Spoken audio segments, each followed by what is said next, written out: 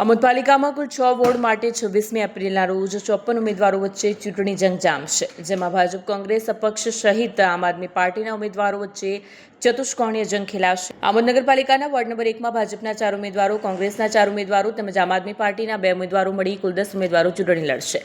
Ward number 2માં Bhajap અને કોંગ્રેસ વચ્ચે સીધી ટક્કર યોજાશે। આમોદ નગરપાલિકાના વોર્ડ નંબર 3માં કુલ 13 ઉમેદવારો હતા, જ્યારે આજે ફોર્મ પરત ખેંચવાના અંતિમ દિવસે 4 ઉમેદવારો અમિત દિલીપ પટેલ, દીક્ષિત કનુ પરમાર, જયાબેન નટવર પટેલ તેમજ મુકેશ મનુભાઈ વસાવાએ ફોર્મ પરત ખેંચતા કોંગ્રેસ પ્રેરિત અપક્ષના 4 ઉમેદવારો તેમજ એક અપક્ષ અને ભાજપના 4 ઉમેદવારો સાથે 9 ઉમેદવારો ચૂંટણી લડશે।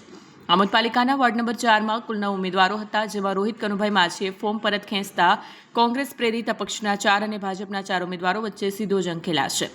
નંબર 5માં ભાજપના 4, કોંગ્રેસના 4 અને આમ આદમી પાર્ટીના 1 ઉમેદવાર મળી કુલ 9 ઉમેદવારો વચ્ચે ચૂંટણી યોજાશે। વોર્ડ નંબર 6માં ભાજપના 4, કોંગ્રેસના 4 અને આમ આદમી પાર્ટીના 2 ઉમેદવારો મળી કુલ 10 ઉમેદવારો વચ્ચે ચૂંટણી જંગ ખેલાશે।